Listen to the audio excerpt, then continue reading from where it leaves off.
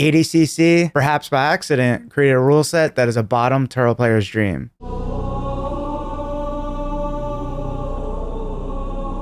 This rule set is really unique in the way it favors the turtle position compared to any other rule set in grappling. This is why you hear about so many grapplers focusing on developing the turtle position for ADCC. Occupy bottom turtle position. Using turtle.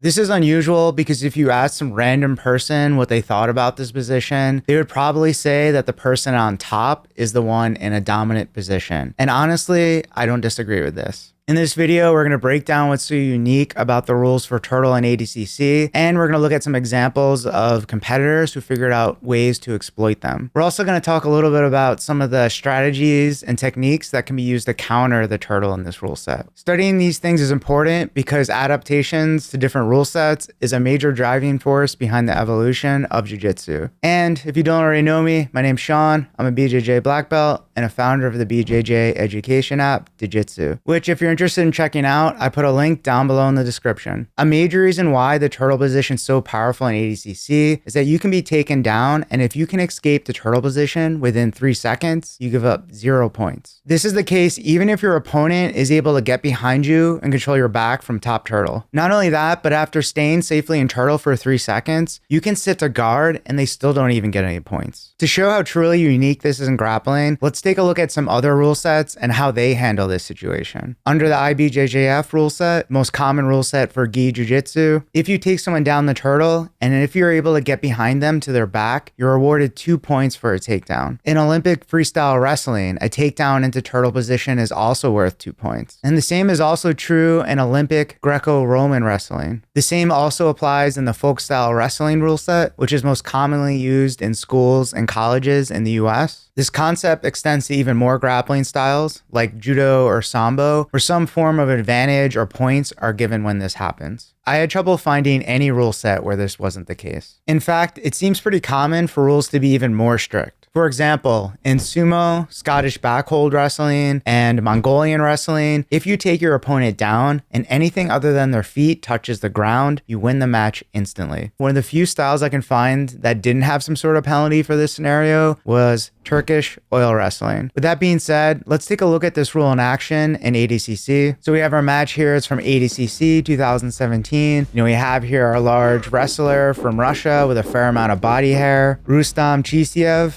And then we have on the right his opponent from Finland, Jesse Erholin. And we're going to pick up here in the points period of the match. What I want you to pay attention to in these clips is how Rustam does a really good job of setting up his takedowns, but time and time again, Jesse's able to escape his hips and get back to his knees and get back to that turtle position. So right here, we're going to see Rustam's going to set up a really nice double leg here.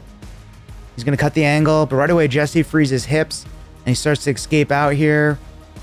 And then Rustam ends up on his back turtle right there. And they reset them on the center of the mat here. So they're in turtle. Rustam's looking to attack the back. He is being aggressive here. It looks like he's going for the Leo Vieira style back take a little bit here. He has that seatbelt grip, like right here. At the same time, Jesse's hips are really free here. And then, Jesse uses that to escape and get back up to the feet here. Here we have a really nice exchange. Rustam's going to set up another takedown here. Good sprawl by Jesse, good front headlock. Square back up, shoots right underneath again. Gets his back. Really big slam, but again, he's on that turtle position, and Jesse's defending really well here. There's no points for that. And if I play this a little bit more, he's in turtle here. He tries to off-balance Jesse to create some space. And it looks like Rustam's moving around to like a front headlock, maybe trying to mix things up, maybe trying to attack the neck here. But look at that grip fighting by Jesse there. Gets that through, spins through, and then squares back up, and now they're back on the feet again. And as we continue on to overtime here, it's more of the same story here. Great shot, but Jesse's able to stay on his knees, keep that turtle position going. And this continues for the rest of the match here. Rustam spends a lot of time in Jesse's turtle. Right here, Rustam's attacking some sort of choke here. He's got the arm in. It looks like he's setting up a Darce. Yeah, he's got a Starr shook there, but time is going to expire. So the score at the end of the match ended up being 0-0. Rustam ended up winning the judge's decision, likely for being the one who initiated more movements and being the aggressor throughout the match. Here's the thing. I don't know what Jesse's game plan was, and maybe he was trying to do this, but he actually could have safely pulled guard at any point he was in turtle for more than 3 seconds. So this turtling rule doesn't just apply to takedowns. Everything we talked about with turtling also applies to sweeps and reversals. If you sweep or reverse your opponent and they're able to transition to turtle before you can establish control for 3 seconds, no points are awarded. And that's not all. Similar to takedowns and sweeps, you can escape the turtle when your guard is being passed as well. And finishing a pass can be quite difficult. You need to get at least 75% of your opponent's back on the mat and keep it there for 3 seconds. Now he's going to look for the pass. Now the pass, he's going to have to control with 75% of the back on the mat.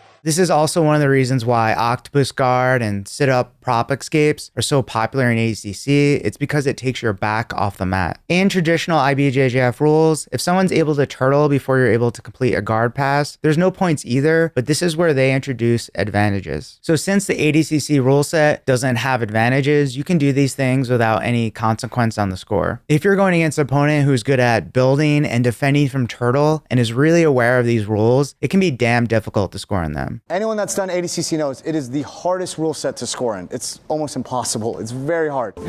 Damn it, this always happens. I think I'm gonna score and then I never score. It's not fair. So while there are no advantages in the traditional sense, like on the scoreboard, the judges are keeping track of who initiates different movements and attacks. A lot of times the judges, people don't know this, they're marking the entire match who's initiating the position. So this is another thing to be aware of. If someone's continually escaping and using the turtle position to deny points, they're likely going to be down on this tally because they're not the ones initiating the position. Of course, that only comes into play, after regulation time and after overtime if the score is tied. There are even more situations where being on bottom on your knees comes in handy. That's what she said. During the points period, if you pull guard in a traditional sense, like from the feet, there's a -1 penalty. Well, there actually happens to be one way around this. If you shoot and make a genuine takedown attempt and say get sprawled on, but continue to attempt that takedown for 3 seconds, you can safely sit to guard. Some competitors are aware of this and have used it at the highest levels of ADCC. They'll make that takedown attempt, and then after more than 3 seconds, they'll sit back to guard, and then they receive no points penalty. And most classic example of this is often cited by ADCC refs, is Gordon Ryan versus Buchecha in ADCC 2019. So we're in overtime now. It's a very close match, 0-0. And Gordon's kind of going to lower his head like he's going for a takedown. Buchecha's going to snap him down and go to like a front headlock here. Boom, right here. He has that front headlock. Now both knees are down, so it's that timer, that 1, 2, 3. And there you go. So then Gordon goes to sit guard.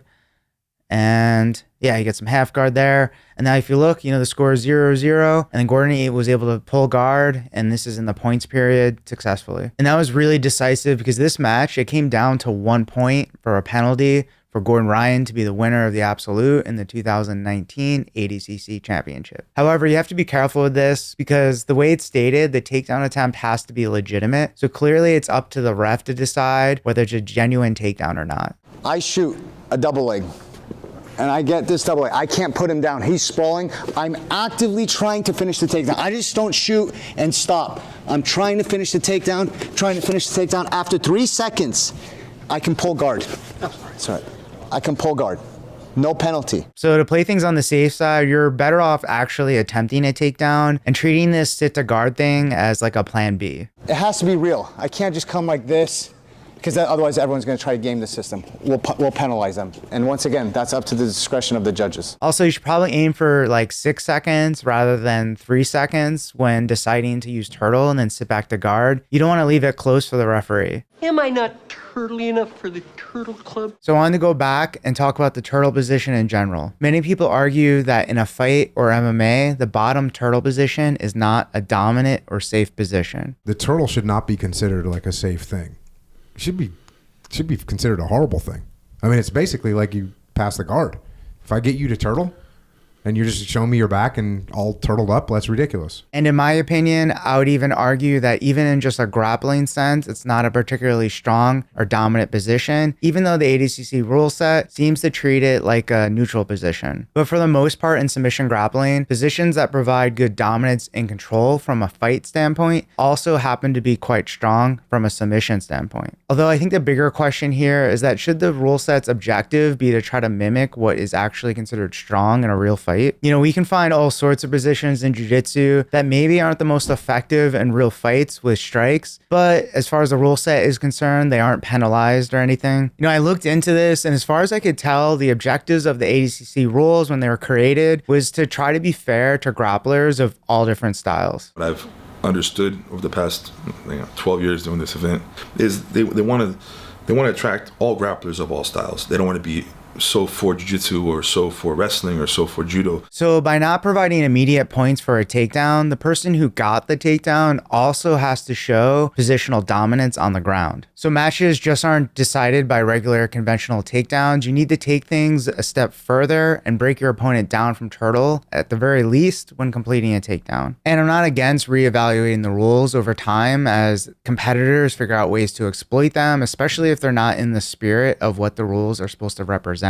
And if the goal of these rules was to mimic dominance in a real fight, then definitely they should be reevaluated. But I don't actually think this is the case with ADCC. But there's still ideas to change this. You know, one thing we could do would be like a 1-point compromise, or, you know, have an additional point if the opponent is able to escape from turtle, or have some sort of writing time calculation that is considered as well. In my opinion, though, you have to be careful here because even just slight changes to the rules could change the sport drastically. That being said, at this time, I actually don't think there should be any drastic changes to this rule set. The grappler on top turtle in the event of a tie is likely already ahead due to aggression and initiating movements, and turtle just, in my opinion, isn't as dominant as say like side control, back, or mount. Well, you know, that's just like your opinion, man. If we added any significant advantage for top turtle position, like points, then ADCC would favor wrestling and takedown artists more than it does already. And then we might even see more passive behavior from back turtle as opponents try to write out their advantage after they scored points from a takedown. You know, one thing I like about incentivizing turtling from like takedowns, sweeps, guard passes is that you actually end up with more scrambles than you otherwise might see and potential back exposure. And I think it does actually make things a little bit more exciting than it might be otherwise. So perhaps it was no accident and it was all by design. To score in ADCC is damn hard. You have to be comfortable on the feet and still be able to dominate your opponents on the ground as well. Another argument I might make and why they shouldn't just change the rules to ADCC just yet is that as competitors train to counter the turtle, since it's so common given the rule set, it'll likely become less effective anyway. You know, I follow Pro StarCraft Brood War, a game that hasn't changed in over 20 years, and still the meta is constantly changing. And what you see over and over again in this video game is that people come up with a particular strategy or something that's considered overpowered. It becomes the meta. And then 6 months later, people figure out how to counter it and it's no longer effective. So I think the meta can shift much more quickly in a video game like StarCraft. But I think in grappling, we're beginning to see shifts in the meta as well to try to counter this turtle position. You know, the obvious example is just emphasizing working on breaking down the turtle directly, you know, attacking the back, and then also attacking anacondas, guillotines, and darce chokes from the front headlock position. And also the styles of wrestling and takedowns utilized, you know, things like double legs, inside trips, you know, where you already have control of their hips or a chest-to-chest connection as you finish the takedown. As it's much more difficult for your opponent to escape when you already have a tight connection and a lot of control as you go to complete the takedown. This is opposed to maybe something like a single leg where there's more opportunities for your opponent to potentially scramble away or at least back the turtle. This also applies to sweeps as well. As reversals where you have tight control of your opponent, you're more likely to be able to finish on top and prevent them from turtling. And this applies to the passing game as well. You know, this is why recently you've seen a lot of emphasis on things like, you know, passing from half guard, passing straight to mount, and even more recently, tripod passing. It's because it's much more difficult for them to build the turtle against the pass when you already have a chest-to-chest connection against them and their shoulders are already pinned down to the mat. With that all being said, I want to know your opinion. position? Let me know down in the comments. Should ADCC change the rules for turtle position? Ultimately though, whatever the rules are, competitors will always develop skills and strategies that are incentivized by the rule set. That's because their objective is to win. This results in the rule set having an impact on what techniques and positions are developed by athletes at the highest levels of the sport. This then trickles down into what techniques are developed and taught in the gym. That's why I think it's so important to think about these rules carefully, as they can affect the sport as a whole. Anyway, that's all I have for today. Thank you for watching.